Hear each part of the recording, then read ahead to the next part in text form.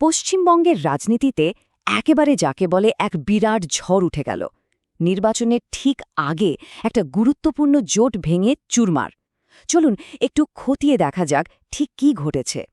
ভোটের ঠিক দোরগোড়ায় এসে ভাবা যায় আসাদুদ্দিন ওয়াইসির দল মিম অর্থাৎ AIMIM আর হুমায়ুন কবিরের আজুপ মানে AJUPর মধ্যে যে নতুন জোটটা তৈরি হয়েছিল সেটা বেশ নাটকীয়ভাবে ভেঙে গেল।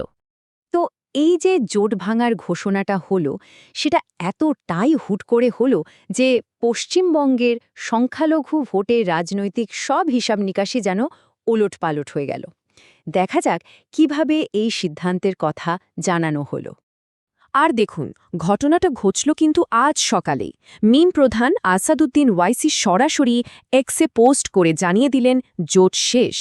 শুধু তাই নয়, কবিরের সঙ্গে যে যৌথ প্রচার সভাগুলো ঠিক হয়েছিল সেগুলো সঙ্গে সঙ্গে বাতিল করে দেওয়া হয়েছে।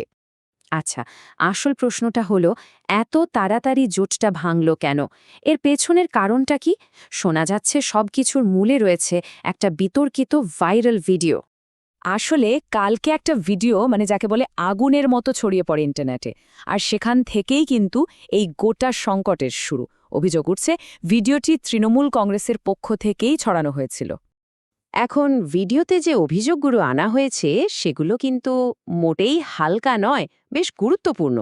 সেখানে নাকি দেখা যাচ্ছে হুমায়ুন কবির বিজেপির নেতাদের সঙ্গে বসে আছেন, আর আলোচনা চলছে আর্থিক লেনদেন এবং রাজ্যের মুখ্যমন্ত্রীকে ক্ষমতা থেকে সরানোর মতো বিষয় নিয়ে। তো এত বড় একটা অভিযোগ, এরপর হুমায়ুন কবির কি বললেন?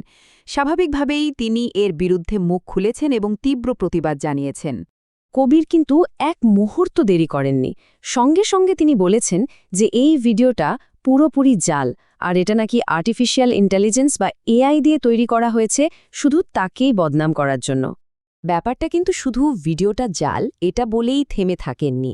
তিনি উল্টে যারা এই অপপ্রচার চালাচ্ছে বলে মনে করছেন তাদের বিরুদ্ধে আইনি ব্যবস্থা নেওয়ার মানহানির মামলা করার কথাও বলেছেন।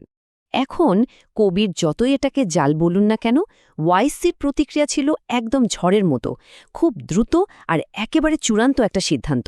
তিনি কিন্তু কোনো রকম দ্বিধা করেননি। ওয়াইসি কিন্তু পরিষ্কার করে দিয়েছেন যে এই জোট আর এগোনো সম্ভব না। তিনি তার এক্স পোস্টে বলেছেন, এই সিদ্ধান্তটা হলো সংখ্যালঘুদের অপমানের বিরুদ্ধে একটি প্রতিবাদ।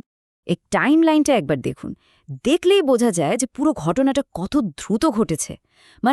কয়েকদিন আগে নওদাতে জোট পাকা হলো, কাল ভিডিওটা বেরোলো, আর আজ সকালে সব শেষ। অবিশ্বাস্য একটা গতি। এই যে দেখুন পরিস্থিতিটা কিভাবে রাতারাতি বদলে গেল, যাকে বলে 180 ডিগ্রি ঘুরে গেল। কালকে কবির আত্মবিশ্বাসের সঙ্গে বলছেন মিম আমাদের সাথেই থাকবে, আর আজকে ওয়াইসি বলছেন কোনো জোট নেই। এক রাতের মধ্যে ছবিটা পুরো উল্টো। তাহলে আসল কথাটা হলো, ভোটের ঠিক মুখে এসে এই যে জোটটা ভেঙে গেল, এর ফলে রাজনৈতিক পরিস্থিতিটা ঠিক কোথায় গিয়ে দাঁড়ালো, এর প্রভাবটা ঠিক কতটা বড়, বিশেষ করে হুমায়ুন কবিরের প্রচারের জন্য। তো এটা একটা বিরাট বড় ধাক্কা। এর থেকে বড় ধাক্কার কি হতে পারে? একেবারে যাকে বলে একটা নকআউট পাঞ্চ। আর দেখুন, এটা শুধু প্রচারের ক্ষতি নয়, এর ফলে কতগুলো বড় বড় পরিকল্পনা একেবারে ভেস্তে গেল। যেমন ধরুন, জোটের হয়ে 10টা আসনে লড়ার কথা ছিল, ভবিষ্যতের জন্য অনেক প্ল্যান ছিল, সবকিছু এক মুহূর্তে শেষ। সব মিলিয়ে এই পুরো পরিস্থিতিটা কিন্তু একটা খুবই গুরুত্বপূর্ণ প্রশ্ন তুলে দিচ্ছে। নির্বাচনের ঠিক আগেই আকস্মিক জোট ভাঙন পশ্চিমবঙ্গের ভোটের রাজনীতিতে ঠিক কী প্রভাব ফেলবে, এর উত্তরটা কিন্তু সময় বলে দেবে।